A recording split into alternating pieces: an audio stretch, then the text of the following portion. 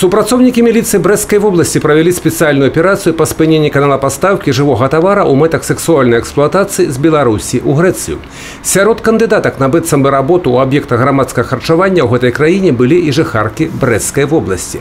Арганізатар ураджэнка Гомельскай вобласці была затрымана ў Мінску пры спробе адправкі за мяжу дзвюх чарговых беларусак. Жительница Гомельской области завербовала жительницу города Бреста и Могилевской области для последующего вывода в Греческую республику для использования занятия проституцией.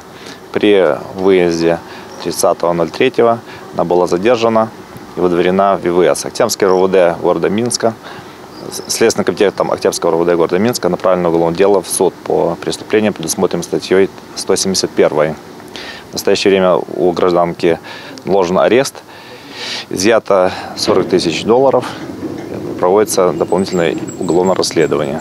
Лица, которые гражданка вывозила в Грецию в количестве 5 человек, находятся на территории Греции в Красном Кресте, где также проводится расследование по соучастникам преступно организованной группы на территории Греческой Республики и в последующем будут направлены на территорию Республики Беларусь для проведения дополнительных оперативных мероприятий.